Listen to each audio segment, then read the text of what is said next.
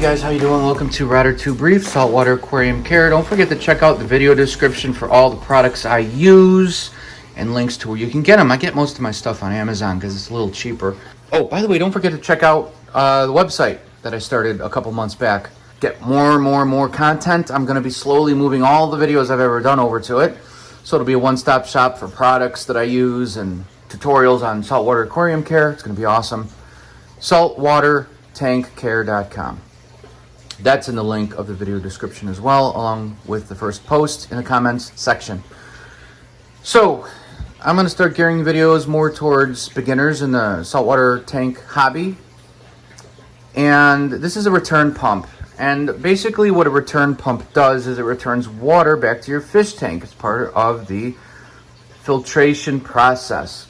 Water gets filtered through filter media, goes down into your sump. There's going to be more videos on that stuff, but all you need to know for today is once the water goes down through your overflow, through your aquarium, and I'll show you that, it's got to be returned back to the tank once it's filtered, and that's where the return pump comes in. I love the RIO PLUS pumps, and I've used a couple, and these guys are awesome. They're built like tanks. They last a long time. I think the one I'm replacing today, geez, at least 7 years it lasted me. What happens is you've got your water line up around here. It flows through the overflow, and then it goes down into your tank. I'm sorry, down into the sump. There's actually holes drilled in your aquarium, and the water is coming through this PVC, through this tube that I made with some filtration in it, and the water is flowing out of the floss that filters all the water of all the solids and uneaten fish food and fish waste, right? This is my homemade sump. And then I have a return pump right in here. Filters all this cleaner water back up into the tank. Now on the other side, I have an actual sump that I've had. I love it. It's by eShops. It's connected to the other homemade sump through PVC, so it's a water bridge. So if this water gets a little too high, it bridges out over to my homemade Rubbermaid sump. So I always have like 30 gallons of water in the sumps. So in this one, I've got my return pump back there. You can't see it, and that's the one that's dead. And I've got water coming on from the tank on the right side through that overflow. And it's going through this other tube, which I've called the rotter tube. Right now I don't have any filter floss in it because I'm in the middle of doing a water change. So I'll put filter floss in that one as well. So it's going to filter out all the uneaten food and all the fish waste. I'll take that out once every few days as well and replace it. I got my protein skimmer in this one. The water then flows to the other return pump, which is dead. And I'm going to be replacing that. There's no water coming out of this return valve, from the return pump. I've got the return pump on the right hand side, which is dead, and I disconnect it from the electrical. So let's open the box really quick, see what it looks like with the RIO PLUS 2500. I love this one. Oh, that's not for you. How about this guy? What about that guy, huh? We just got some specs. RIO Aqua Pump. Comes with a mounting plate for the bottom.